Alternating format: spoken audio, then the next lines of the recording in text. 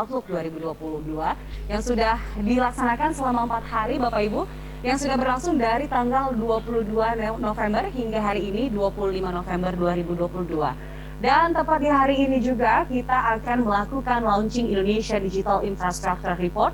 Acara ini diselenggarakan langsung oleh Berita Satu Media Holding.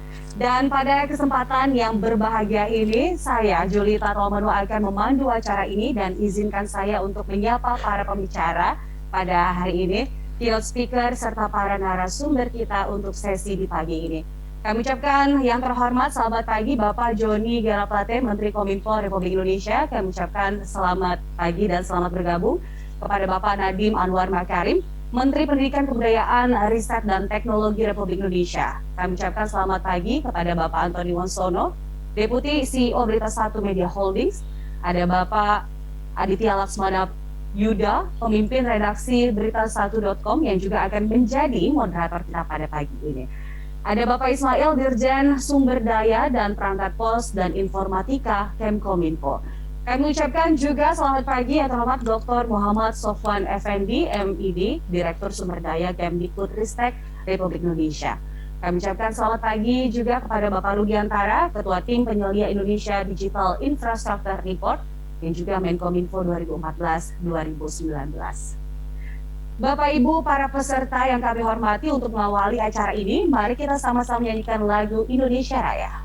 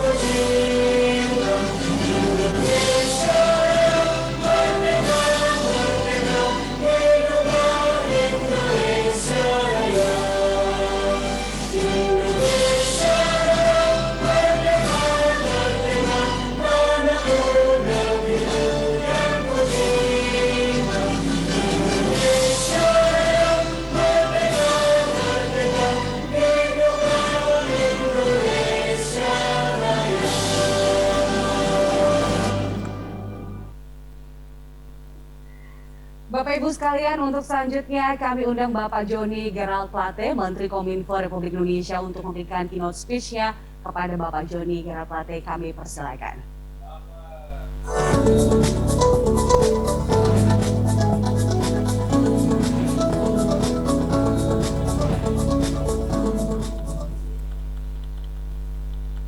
Assalamualaikum warahmatullahi wabarakatuh.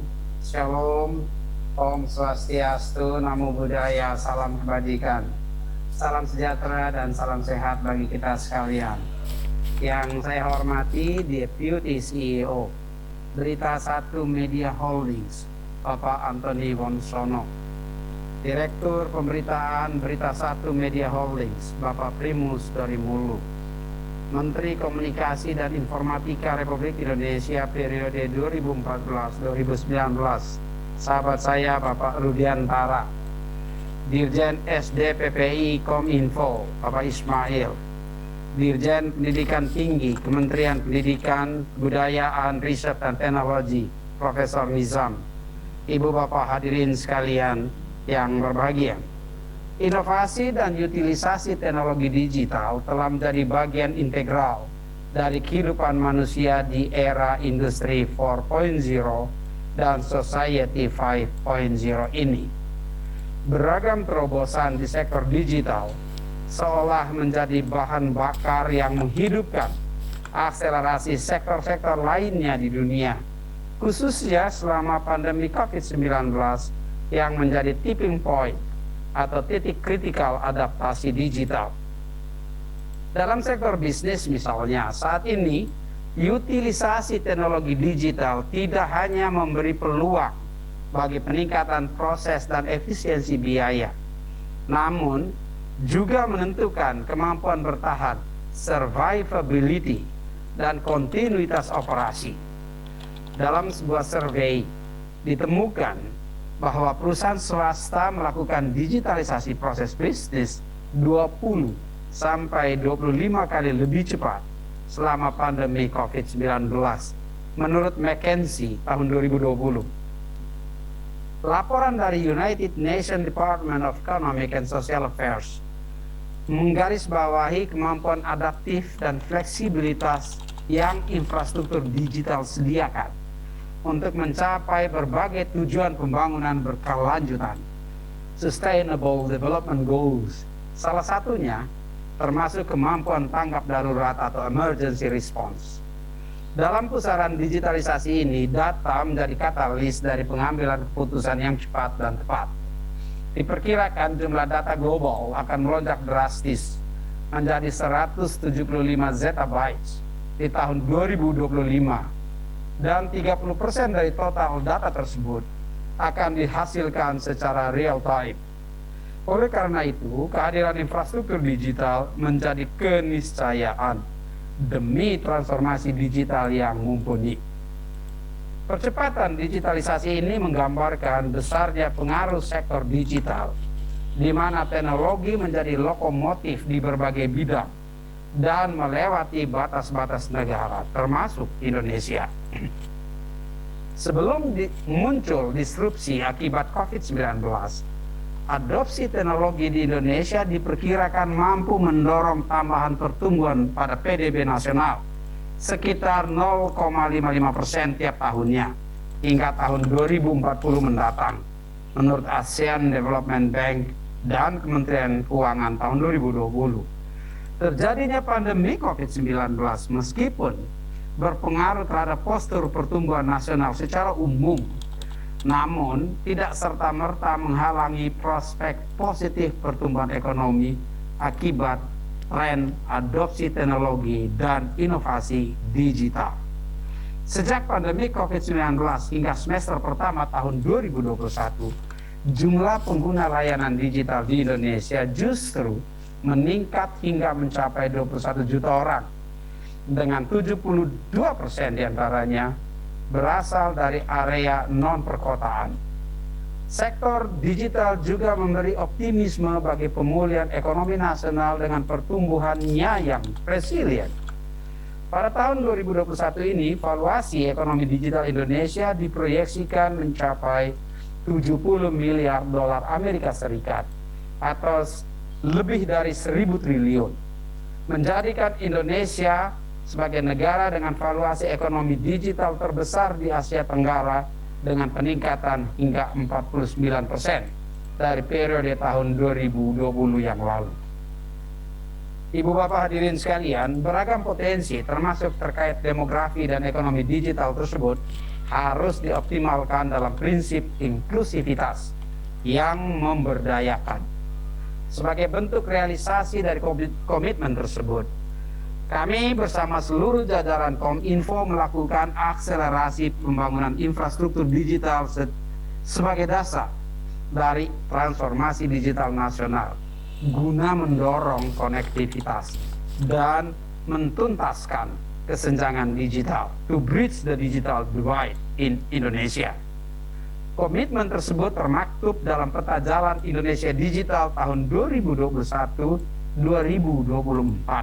sebagai panduan strategis bagi perjalanan transformasi digital nasional, di mana salah satu dari 4 pilar utama di dalamnya adalah infrastruktur digital, digital infrastructure.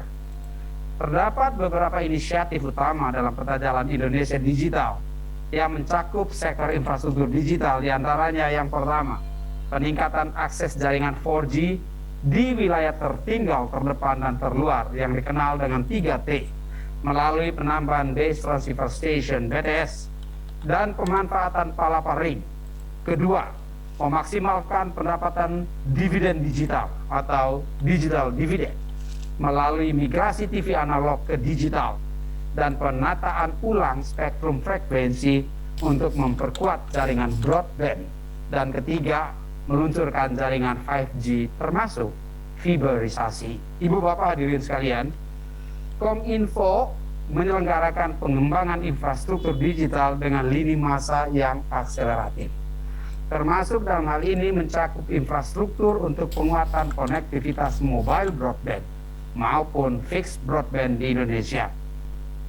Salah satunya melalui program nasional analog switch off (ASO) atau migrasi penyiaran TV analog ke TV digital yang ditargetkan akan tuntas pada tanggal 2 November tahun 2022 mendatang.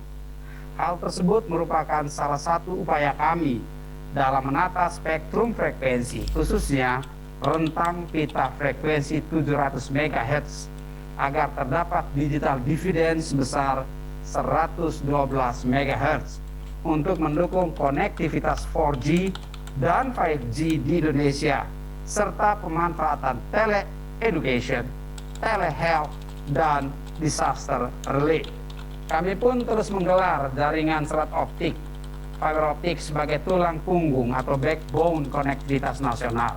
Hingga saat ini telah terdapat 12.229 km jaringan serat optik Palapa Ring berupa kabel darat maupun sistem komunikasi kabel laut di Indonesia yang merupakan bagian dari 342.000 km panjang fiber optik yang telah digelar di darat dan di dasar laut di seluruh Indonesia. Kementerian Kominfo melalui BLU Bakti akan membangun Palapa Ring integrasi sepanjang 12.083 km pada tahun 2022 hingga 2024 mendatang untuk menghubungkan antar segmen Palapa Ring, baik di barat, tengah, hingga ke timur Indonesia, guna menghadirkan konektivitas yang andal dan berkualitas hingga ke seluruh pelosok Indonesia.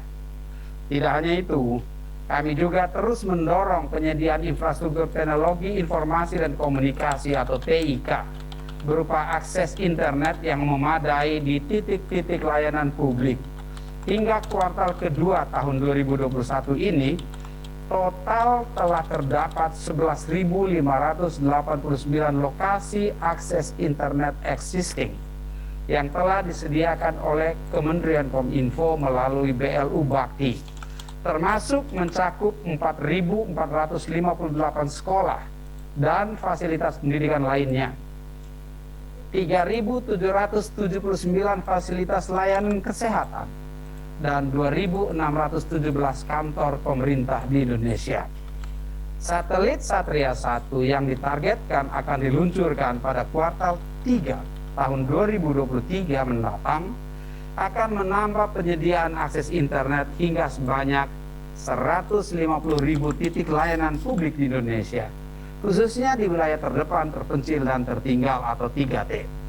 Selain itu, kami bersama jajaran Kominfo melakukan pembangunan infrastruktur berupa pusat data nasional untuk mengintegrasikan sekitar 2.700 pusat data dan ruang server pemerintah serta 27.400 aplikasi dan database yang dioperasikan oleh pemerintah pusat dan pemerintah daerah di Indonesia. Pembangunan pusat data nasional pemerintah dengan standar teknologi tier 4 atau tier 4 tier tertinggi akan dilakukan di 4 lokasi, yaitu di Bekasi, di Batam, di Ibu Kota Negara Baru atau sekitarnya, dan di Labuan Bajo, Nusa Tenggara Timur. Kami merencanakannya agar pusat data nasional pertama di Bekasi dilakukan dengan kemampuan prosesor sebanyak 25.000 cores dan kapasitas storage 40 petabytes. Dijadwalkan akan beroperasi di kuartal keempat tahun 2023. Selanjutnya, pada kuartal ketiga tahun 2024, pusat data nasional kedua di Batam akan selesai dengan kapasitas yang sama. Kami sedang mengusahakan semuanya itu Mudah-mudahan dapat berjalan sebagaimana yang kita bersama rencanakan. Sementara itu, Pusat Data Nasional ketiga dan Pusat Data Nasional keempat di Ibu Kota Negara Baru dan Labuan Bajo sedang melalui tahapan perencanaan. Dan semoga, dan kami perkirakan akan beroperasi paling cepat dapat dilakukan pada tahun 2025 mendatang. Ibu, Bapak hadirin sekalian, pembangunan infrastruktur digital memiliki manfaat yang dapat ditemukan di berbagai sektor di Indonesia. Di sektor pemerintahan, infrastruktur berupa Pusat Data Nasional memfasilitasi pemerintah dalam menghasilkan regulasi dan polisi secara cepat dan data-driven, di mana perumusan kebijakan memiliki data analytics yang kokoh. Optimalisasi Pusat Data Nasional juga akan mengakselerasi kesiapan dalam penyelenggaraan sistem pemerintahan berbasis elektronik atau SPBE dan Satu Data Indonesia. Di bidang ekonomi, pengembangan infrastruktur digital yang mendorong pada peningkatan konektivitas mampu mendemokratisasi kesempatan para pelaku usaha dalam optimalisasi penciptaan fair level of playing field. Dalam hal ini, pengembangan infrastruktur digital menjadi enabler untuk mendorong hilirisasi ekonomi digital yang optimal di Indonesia, termasuk bagi 64 juta pelaku UMKM dan ultramikro yang tersebar di seluruh Indonesia sebagai tulang punggung perekonomian nasional agar dapat akses yang memadai untuk onboarding ke dalam platform digital dan mengubah sifat bisnis dari brick and mortar atau offline menjadi click and mortar atau kombinasi offline dan online.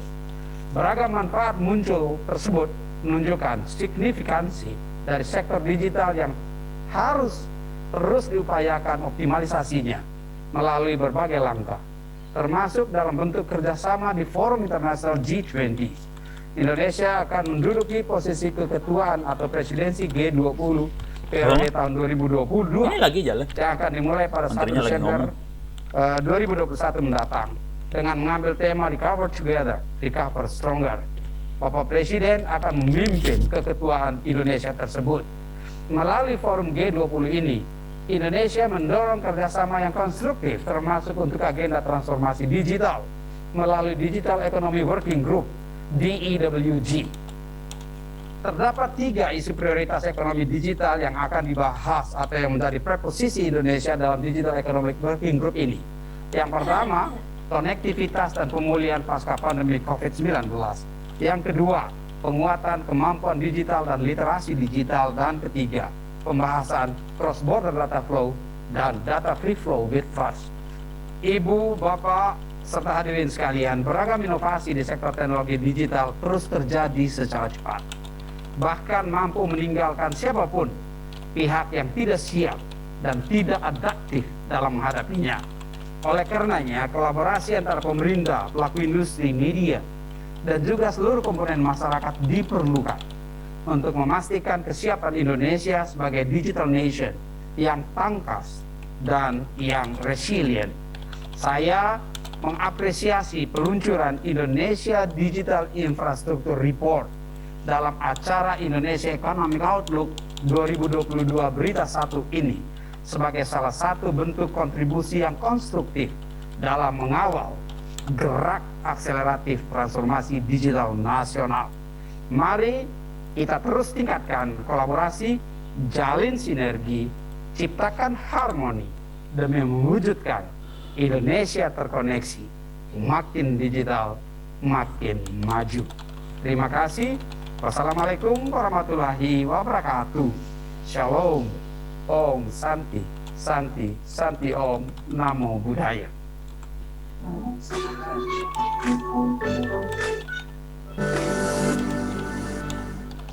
Baik, terima kasih Bapak Joni Plate untuk kata sambutannya di pagi hari ini. Dan selanjutnya Bapak Ibu sekalian, kita akan mendengarkan sambutan dari Bapak Nadiem Anwar Makarim, Menteri Pendidikan Kebudayaan, Riset dan Teknologi Republik Indonesia untuk memberikan keynote speech-nya pada pagi ini. Kepada Bapak Nadiem Anwar Makarim kami persilakan.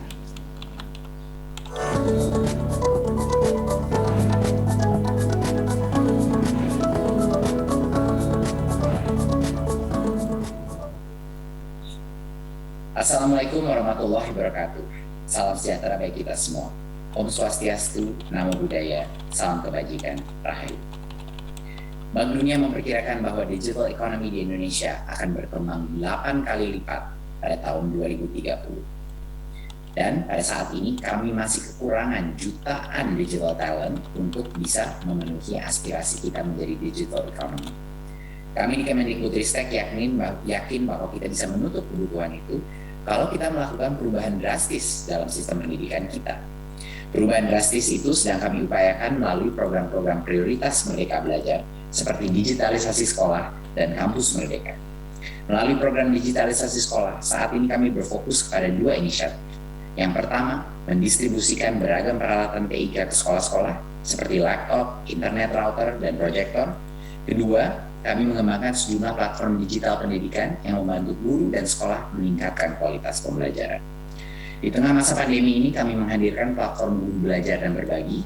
Platform ini menjadi ruang bagi para guru di Indonesia untuk belajar dari pengalaman dan praktik baik dalam mengajar. Selain itu, para guru juga sering berbagi materi ajar, RPP, dan modul untuk mengembangkan pembelajaran di dalam kelas. Sekarang sudah ada lebih dari 1,1 juta guru yang berlangganan hampir 200.000 postingan di platform ini. Selain Guru Belajar dan Berbagi, tahun ini kami melakukan pembaruan kepada platform Siplah. Platform ini membantu kepala sekolah untuk melakukan pembelanjaan dan penyediaan barang dan jasa dengan lebih aman dan akuntabel. Selain itu, platform ini juga mendukung para UMKM untuk menjadi penyedia barang dan jasa untuk sekolah, sehingga mendorong perkembangan ekonomi di masyarakat. Meskipun sudah banyak guru dan sekolah yang mendapatkan manfaat dari platform tersebut, kami akan terus menghadirkan inovasi di bidang teknologi. Pada akhir tahun ini, kami akan meluncurkan suatu aplikasi pendidikan untuk mendukung guru untuk mengembangkan pembelajaran dan karirnya. Kami di Kemendikbudristek sedang mempersiapkan para mahasiswa kita untuk menjadi digital talent. Untuk pertama kali dalam sejarah, mahasiswa Indonesia punya kesempatan untuk belajar di luar program studi selama 3 semester dan di luar kampus selama 2 dari 3 semester itu. Para mahasiswa dapat memilih program Kampus Merdeka yang sesuai dengan minat mereka.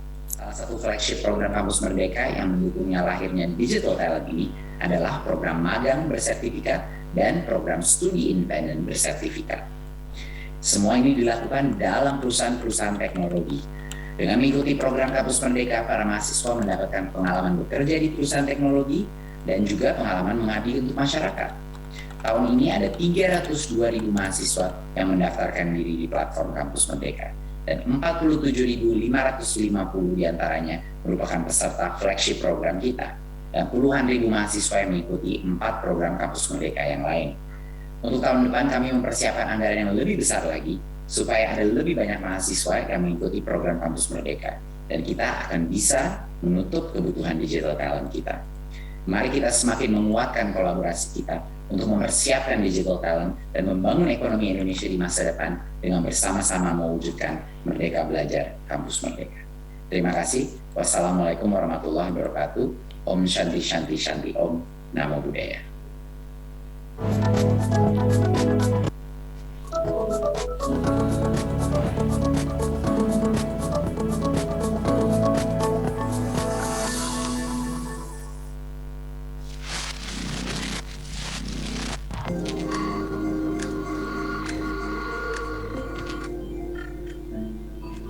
Indonesia digadang-gadang akan menjadi salah satu negara dengan kekuatan ekonomi digital terbesar di Asia. Menurut Asosiasi Penyelenggara Jasa Internet Indonesia, ada 196 juta pengguna internet pada 2020. Dan dengan semakin bertambahnya pengguna internet, beberapa penelitian seperti dari Google dan Temasek memperkirakan perekonomian digital Indonesia akan menghasilkan 146 miliar dolar pada 2025. Angka itu tentu terdengar sangat fantastis. Namun untuk benar-benar bisa mendapatkan keuntungan maksimal, tentunya diperlukan persiapan dan sumber daya yang sangat memadai. Pertanyaannya, apakah infrastruktur digital di Indonesia siap dan mampu? Pergerakan ekonomi digital memerlukan infrastruktur keras dan lunak yang kondusif, terlebih lagi di masa pandemi COVID-19 seperti sekarang ini. Infrastruktur digital keras meliputi semua aspek fisik yang berhubungan dengan terciptanya koneksi jaringan. Untuk soal koneksi jaringan, Indonesia terbilang ramah dalam mematok tarif data. Bahkan menurut riset situs perbandingan layanan internet, kabel, Indonesia menduduki peringkat ke-12 di dunia sebagai negara dengan tarif data internet termurah, yaitu dengan rata-rata Rp6.000 per 1 GB. Namun sepertinya kemudahan itu tidak sebanding dengan pelayanan internet yang diberikan. Koneksi jaringan seringkali lambat karena besaran bandwidth internasional tidak sebanding dengan banyaknya pengguna, dan perusahaan-perusahaan pun masih bergantung pada mirror server untuk mendapatkan kecepatan internet. Selain itu, ekonomi digital juga memerlukan infrastruktur lunak. Disinilah pentingnya peran sumber daya manusia dalam menciptakan, membangun, dan menjalankan semua aspek fisik pada infrastruktur keras. Bukan hanya itu, para pelaku digital juga dituntut untuk bisa mengawasi dan menjaga keamanan serta privasi pergerakan ekonomi digital, yaitu dengan membuat aturan dan peraturan yang sesuai dan adil. Lalu, apakah Indonesia sudah cukup memiliki talenta digital yang benar-benar memahami seluk-beluk dunia ekonomi digital? Menteri Komunikasi dan Informatika Johnny G. Plate mengatakan saat ini Indonesia kekurangan sumber daya manusia yang andal di bidang teknologi dan komunikasi. Masalahnya kebanyakan pekerja di Indonesia tidak memiliki jenjang pendidikan yang lebih tinggi dari SMA. Terlebih lagi kurangnya dukungan perusahaan dalam melakukan reskilling dan upskilling pegawai dalam rangka peningkatan kemampuan pegawai. Menurut McKinsey dan Bank Dunia, untuk bisa maksimal dalam menggerakkan perekonomian digital, Indonesia butuh mencetak 9 juta talenta digital dalam 15 tahun. Itu berarti 600.000 talenta digital diperlukan per tahunnya. Untuk mencapai target tersebut, Kominfo tengah melakukan 3 pendekatan untuk mengembangkan talenta digital di Indonesia, yaitu melalui program literasi digital, Digital Talent Scholarship atau DTS, dan Digital Leadership Academy atau DLA.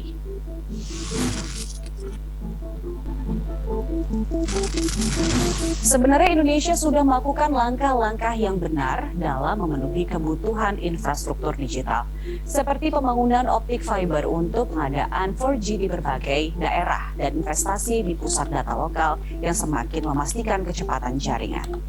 Namun semua itu akan percuma jika tidak dibarengi dengan kemunculan talenta digital yang memang nyatanya sangat diperlukan untuk kestabilan pergerakan ekonomi digital di Indonesia.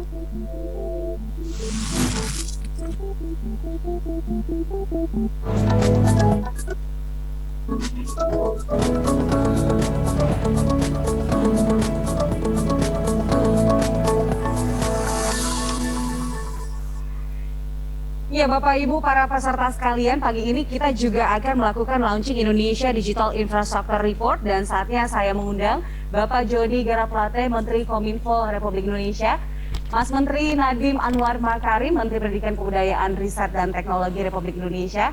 Kemudian kami undang juga Bapak Rudiantara, Ketua Tim Penyelia Indonesia Digital Infrastructure Report, dan juga Menkominfo 2014 hingga 2019. Untuk bersiap di depan kamera masing-masing, kita akan melakukan launching Indonesia Digital Infrastructure Report. Oke, langsung saja kita mulai. 3, 2, 1.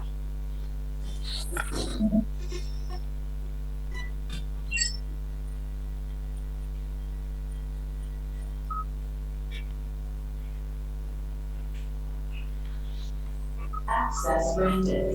Access granted.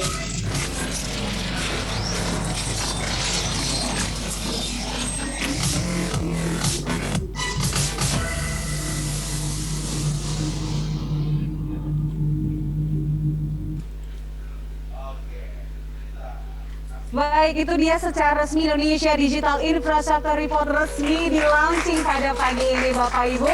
Jangan lupa Anda juga bisa langsung melihat bagaimana isi reportnya, download di research.berita1.com.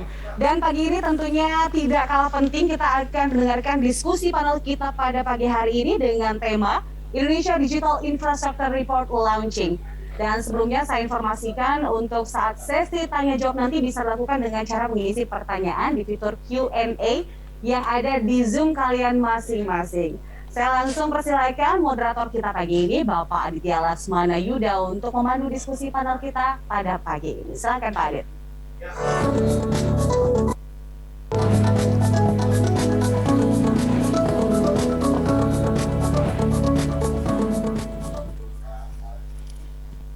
Terima kasih Julita, selamat pagi para pemirsa, para partisipan pada peluncuran Indonesia Digital Infrastructure Report yang diinisiasi oleh Berita Satu Research pada pagi hari ini.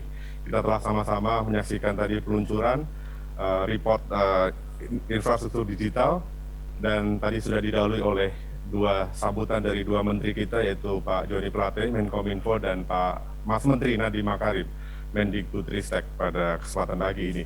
Dan tadi sudah disampaikan oleh Julita, sebagai rangkaian dari peluncuran Indonesia Digital Infrastructure Report ini, kita akan berdialog, berdiskusi, tentunya mengupas apa itu Indonesia Digital Infrastructure Report dan juga elemen-elemen yang ada di dalamnya, di dalam kebutuhan infrastruktur digital ke depan. Tentu saja kita ingin juga nanti akan mendengarkan dari Berita Satu Research mengenai laporan yang telah disusun ini, dan bersama-sama saya telah hadir.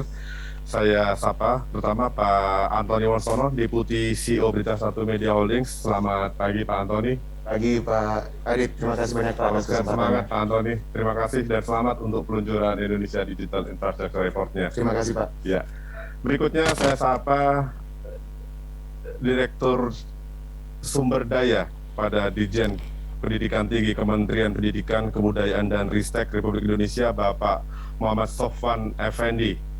Selamat pagi Pak Sofwan, apakah Pak Sofwan sudah bergabung sama kami? Oh, tampaknya Pak Sofwan belum.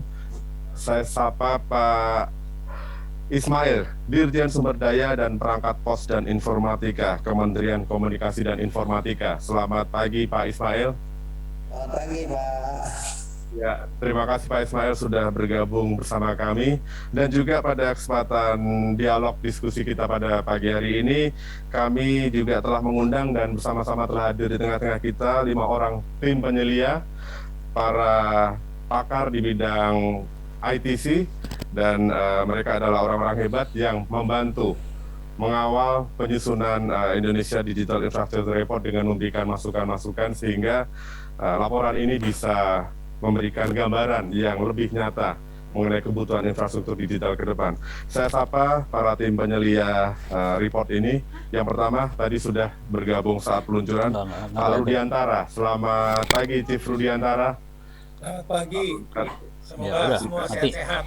Terima kasih Pak Rudi. Pak Rudiantara adalah Menteri Komunikasi dan Informatika pada periode 2014-2019 dan saat ini menjadi Komisaris PT Vale Indonesia Tbk.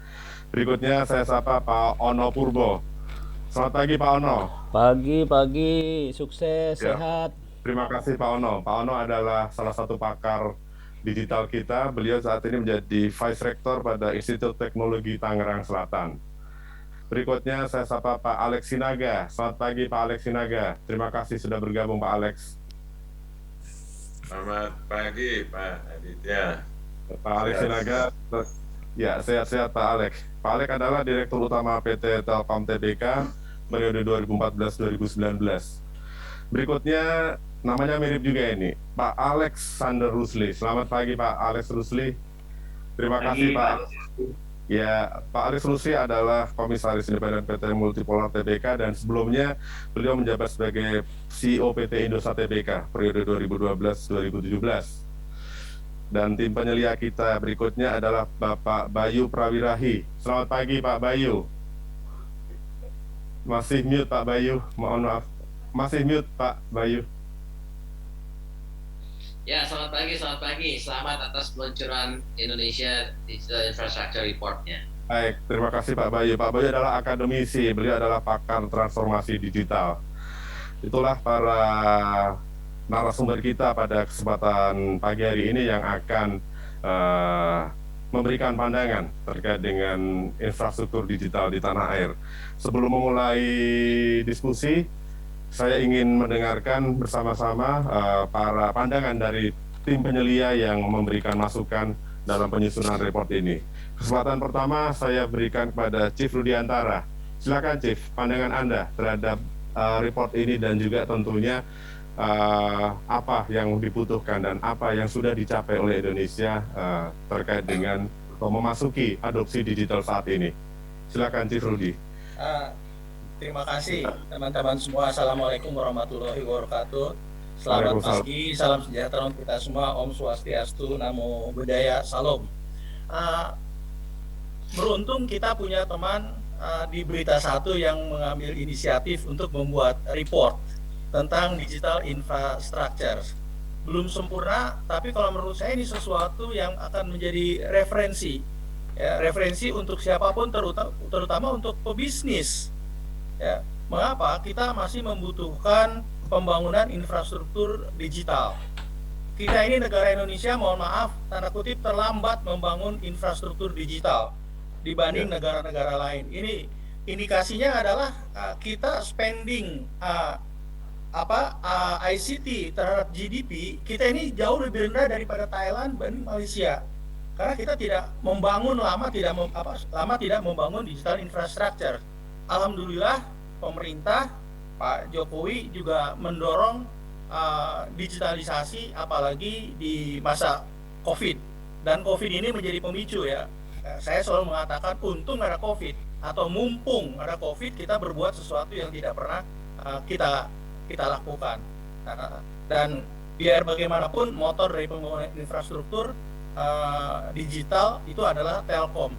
Telkom yang pendapatannya di atas 180 triliun kalau tidak salah, ya, secara konsolidasi, ada 150 triliun secara konsolidasi dengan EBITDA 50%, itu mempunyai kekuatan yang sangat luar biasa untuk spending ICT infrastruktur atau digital infrastruktur.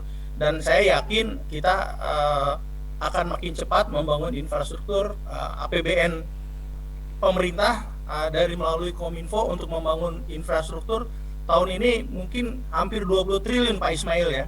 Itu luar biasa besar, dan ini sejarah sebetulnya, sejarah di ICT Indonesia. Kalau dulu telekomunikasi lah, ya.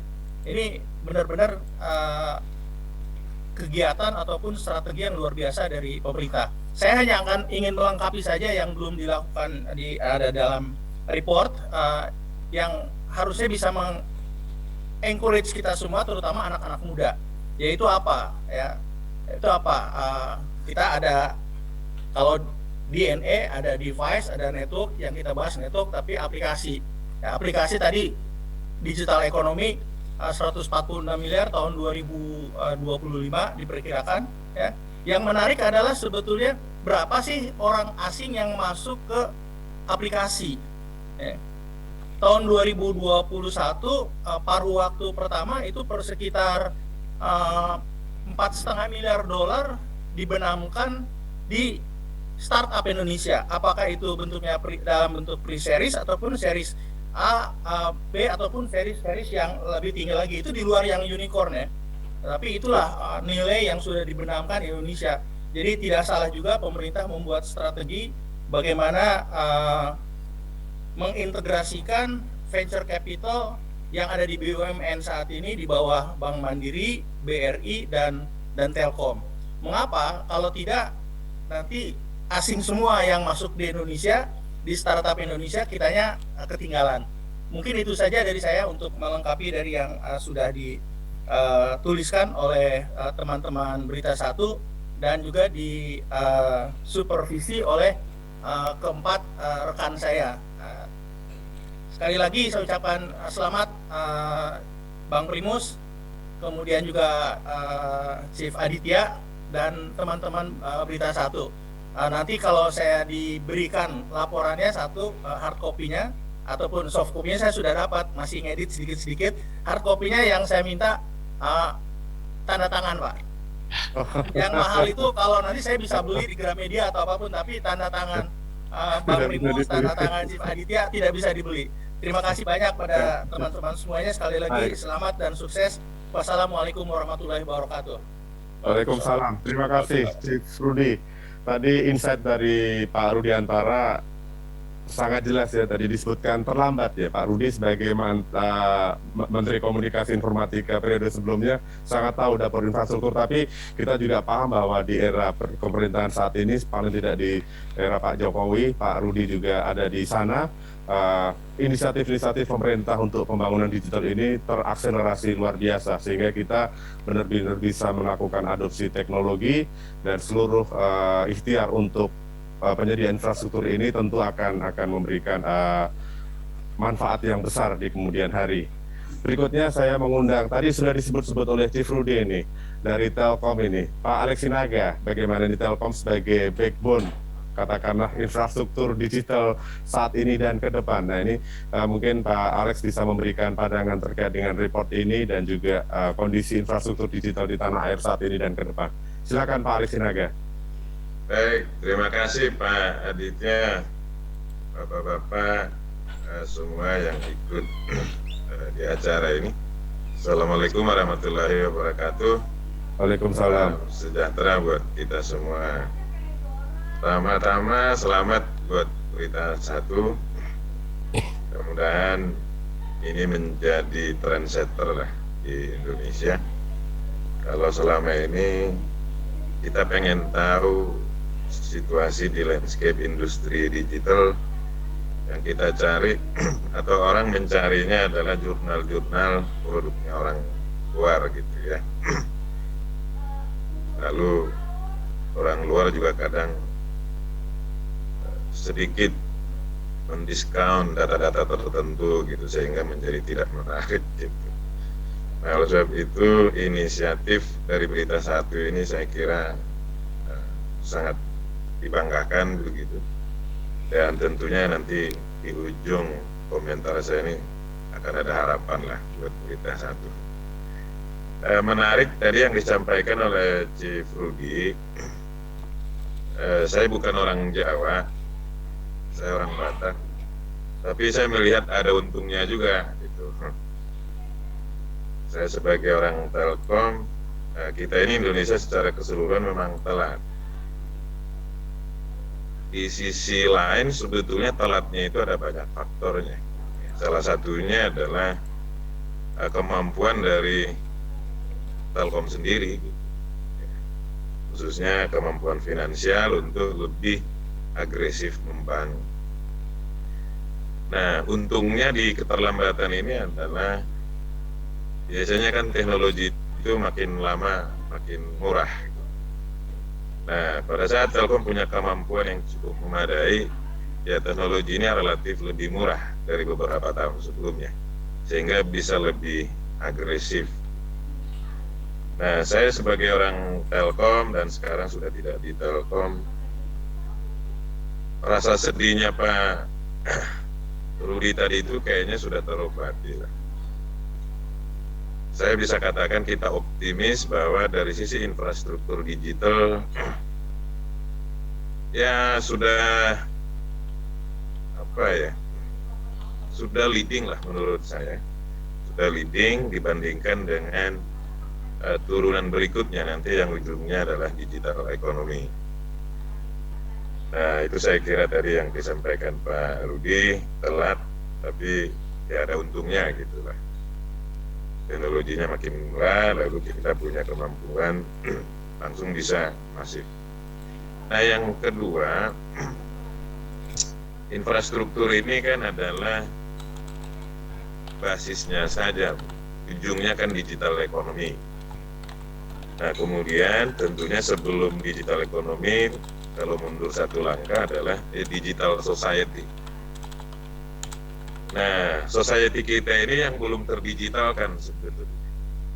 Ya, tadi diangkat sedikit oleh Pak Rudi, khususnya dari sisi yang sangat penting menjadi driver ke digital ekonomi, yaitu para investor dalam negeri.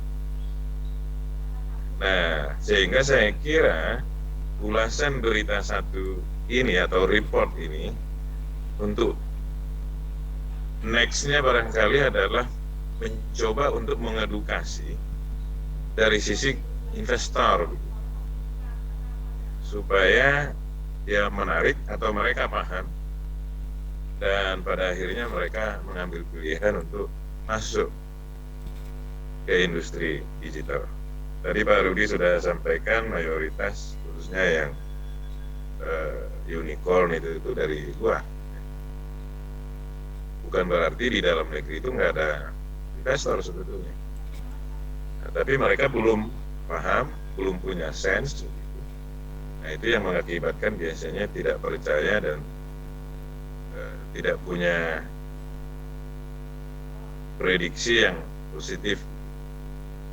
Nah, oleh sebab itu saya kira report ini mengawali sesuatu yang akan menggelinding lebih besar, itu harapan saya. Dan berita satu ini bisa menjadi kampusnya para penulis lah barangkali ya, khususnya untuk sektor digital. Nah, sehingga edukasi itu kepada semua pihak yang tadi tertinggal satu itu, yang cukup jauh tertinggalnya adalah para investor. Kalau masyarakat umum barangkali relatif dengan adanya infrastruktur ini sampai ke aplikasi, mungkin sosmed gitu ya, itu relatif sudah membangun kebiasaan baru. Tapi dalam hal sampai pengambilan keputusan untuk investasi kelihatannya masih perlu edukasi yang pas barangkali ya, karena untuk mengedukasinya itu juga barangkali butuh trik ya. Kadang informasinya tersedia tapi tidak menarik gitu, karena disajikannya tidak menarik. Nah, oleh sebab itu saya kira sekali lagi terima kasih dan bangga ini berita satu menginisiasi ini, tapi PR-nya untuk berkelanjutan sampai menyasar sampai ke levelnya investor gitu, sehingga secara bersama-sama potensi yang ada di Indonesia ini bisa terleverage untuk bisa menjadi skala ekonomi digital yang kita inginkan atau kita impikan. Sekali lagi terima kasih banyak atas undangannya dan selamat buat berita satu atas diluncurkannya Indonesia Digital Infrastructure Report, dan pesannya ke depan mungkin kajian-kajiannya lebih mendalam dan bervariasi untuk menjadi konsumsi dari berbagai stakeholder termasuk khususnya para investor dalam negeri. Demikian, wassalamualaikum warahmatullahi wabarakatuh. Waalaikumsalam. Terima kasih Pak Alex Sinaga. Kami catat semua Pak masukan-masukannya. Ini sebagai ikhtiar awal, inisiatif awal.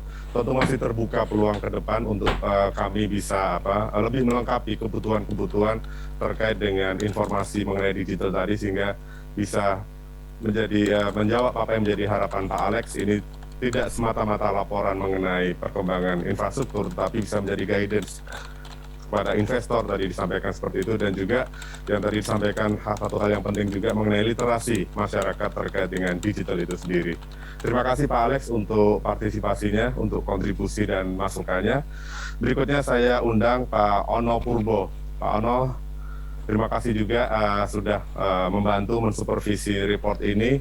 Silakan Pak Ono, komentar Anda terkait dengan Indonesia Digital Infrastructure Report yang telah sama-sama kita susun dan kita luncurkan pada pagi hari ini. Terima kasih Pak Aditya, teman-teman Berita Satu, teman-teman penyelia, ada Pak Chief RA dan teman-teman yang lain. Terima kasih, pertama-tama selamat dulu ya. Saya sih bangga sekali dengan apa yang dilakukan oleh teman-teman Berita Satu. Ini seperti kata Pak Chief RA, ini sejarah banget. Mudah-mudahan bisa, jadi kita bisa ngelihat ini tren kedepannya seperti apa. Dulu kita nggak ada internet, kemudian mulai dengan Telkomnet instan, kecepatan 64 kilo, kemudian masuk Telkom CD, sekarang sudah masuk ke IndiHome, terus naik, sekarang udah mulai kecepatannya di kampung, di desa aja sudah mulai 30 Mbps, ini bukan main, dan ini bisa report yang dilakukan Berita Satu bisa ngelihat sekali ini adalah suatu milestone. Jadi ini jadi milestone. Nah, di satu sisi kayaknya banyak yang ngelihat ini sebagai catatan untuk investor ya. Ya mudah-mudahan itu terjadi. Cuman saya akan ngelihatnya dari sisi lain lagi nih.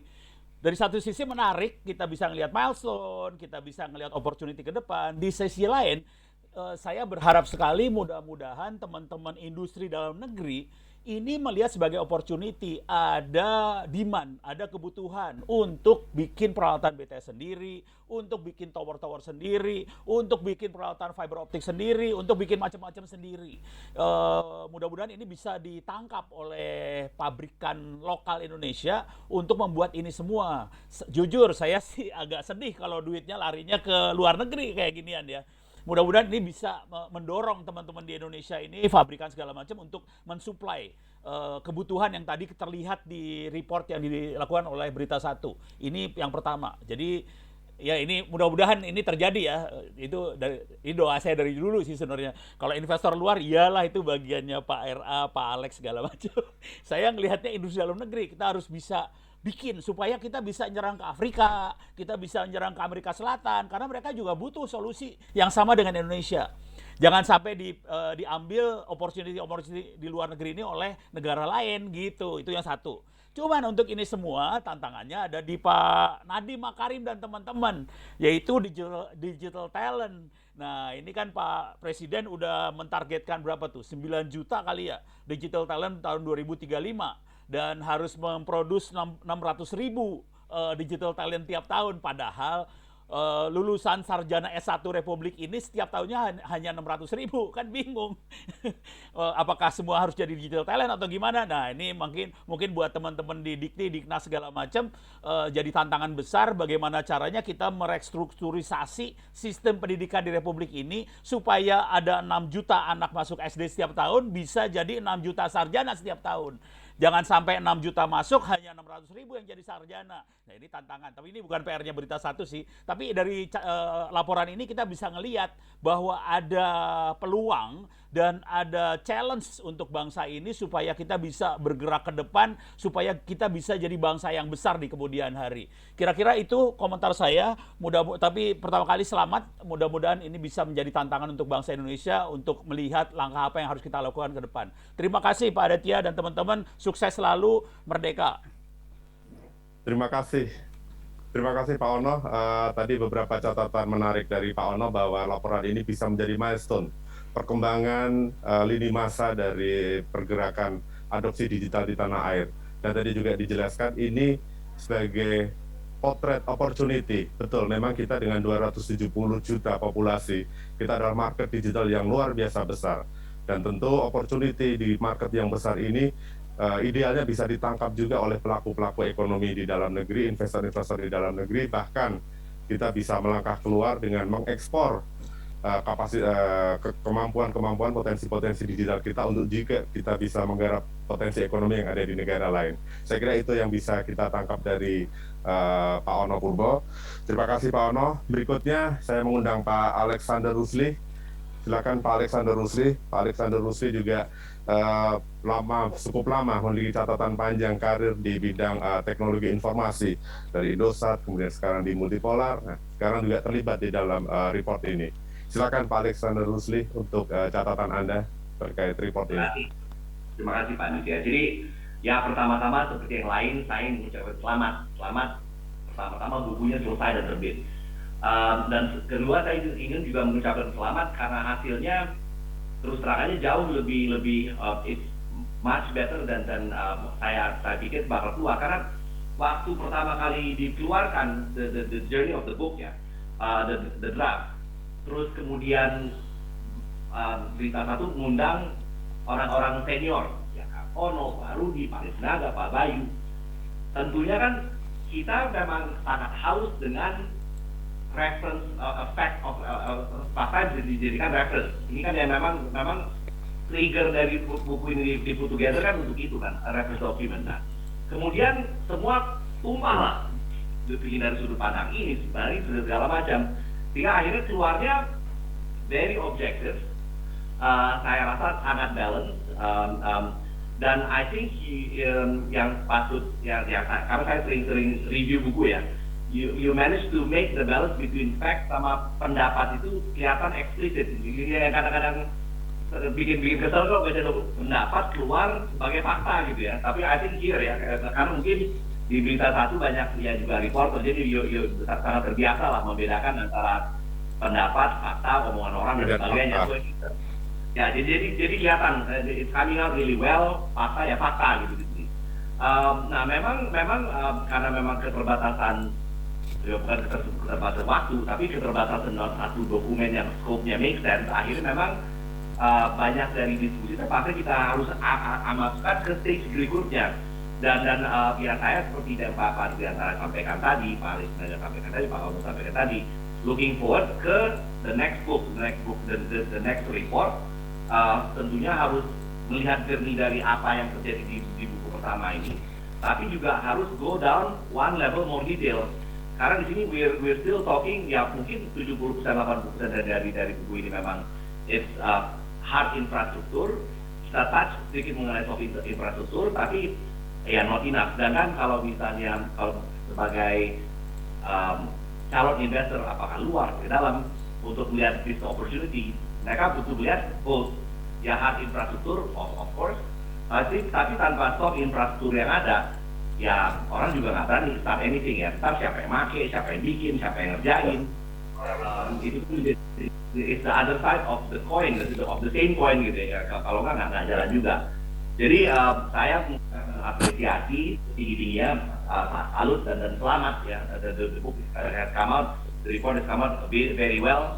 Ya semoga seperti yang tadi disampaikan menjadi benchmark awal, dan ke depan ya nggak stop di sini aja, karena memang kuncinya report seperti ini ya harus keluar report kedua, ketiga, keempat, sehingga orang bisa lihat jernih seperti apa, jalan seperti apa. Terima kasih Pak Dirjen. Assalamualaikum warahmatullahi wabarakatuh. Waalaikumsalam. Terima kasih Pak Alexander Rusli. Jadi objektivitas dari report tadi, catatan penting dari Pak Alexander Rusli yang turut terlibat sejak awal dalam penyusunan ini. Yang berikutnya tim penyelia yang saya undang untuk memberikan pandangannya, akademisi kita Pak Bayu Prawirahi.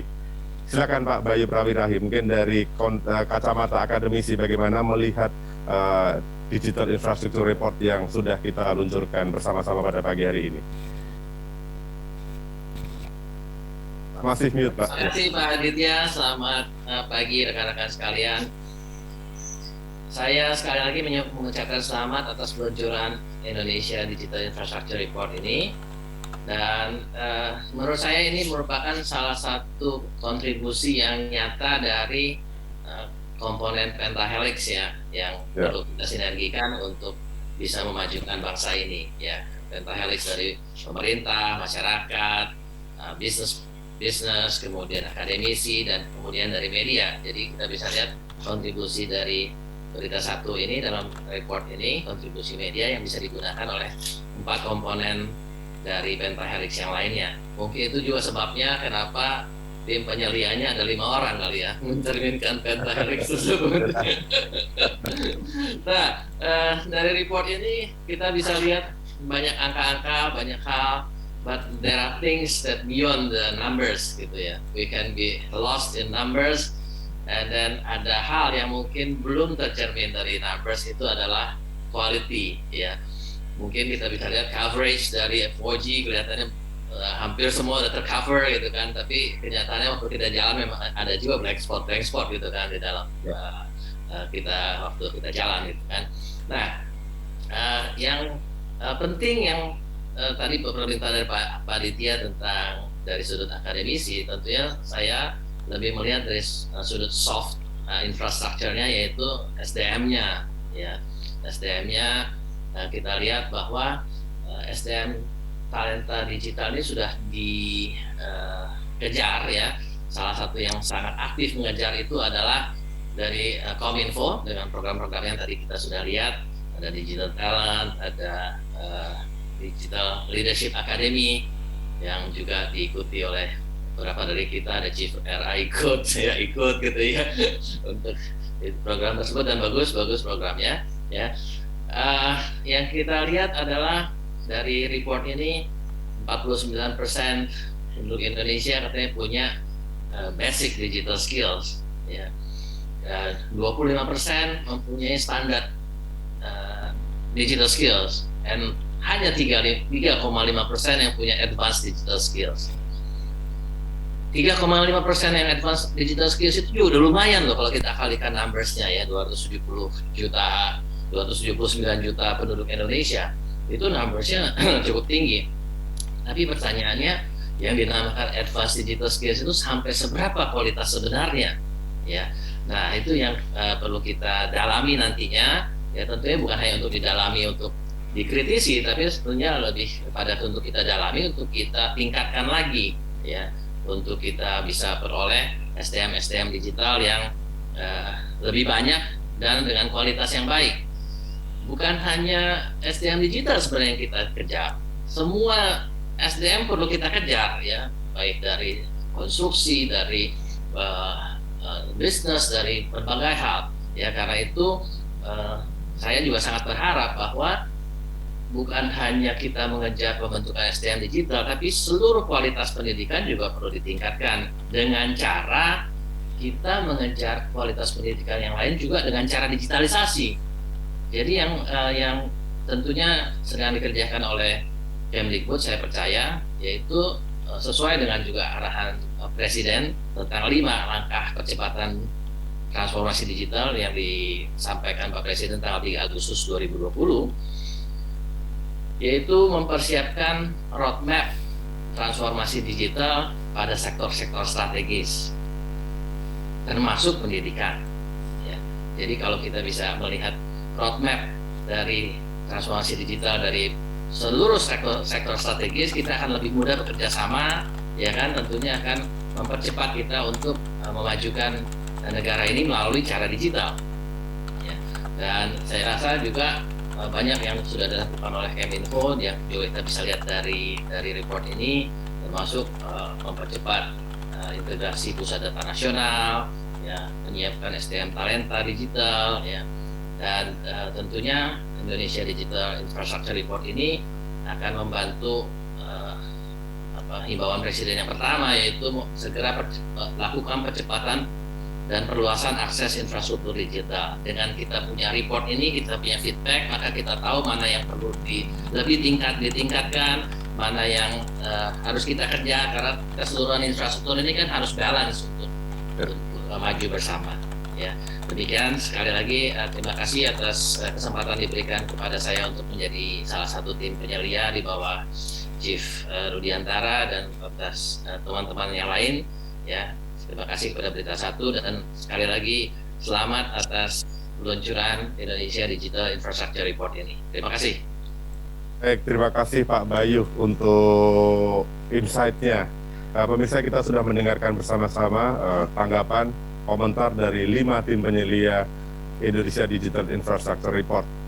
Masing-masing memberikan pandangan dari sudut pandang sesuai dengan latar belakang tentunya. Ada Pak Chief RA tadi sebagai latar belakang regulator, sebagai menteri bisa memberikan insight yang dari sisi pandang regulator, juga Pak Alex, Pak Alexander Rusli, Pak Alex Sinaga maksudnya, Pak Alexander Rusli sebagai bagian dari pemain atau praktisi di bidang teknologi informasi dan komunikasi ini, dan Pak Ono dan Pak Bayu mungkin dari sisi akademisi.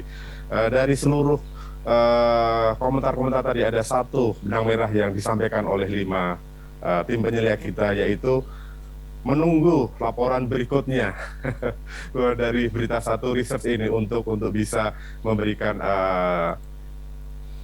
report-report lanjutan terkait dengan transformasi digital, adopsi digital di tanah air ini, yang saat ini sudah diinisiasi melalui laporan infrastruktur digital ini.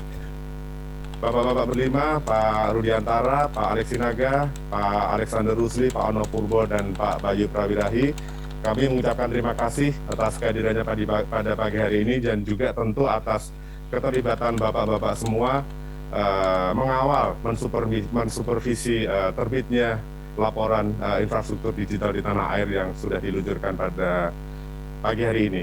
Sekali lagi terima kasih bapak-bapak atas kehadirannya. Terima kasih untuk supportnya, untuk semua yang telah diberikan, dan kiranya harapan kita report ini bisa memberikan manfaat yang seperti yang diharapkan kita semua. Terima kasih bapak-bapak. Para pemirsa, setelah kita mendengarkan dari 5 tim penyelia, kita saatnya masuk pada talk show kita. Tentu masih terkait dengan Indonesia Digital Infrastructure Report yang kita luncurkan baru saja. Dan seperti yang telah saya sampaikan di awal tadi,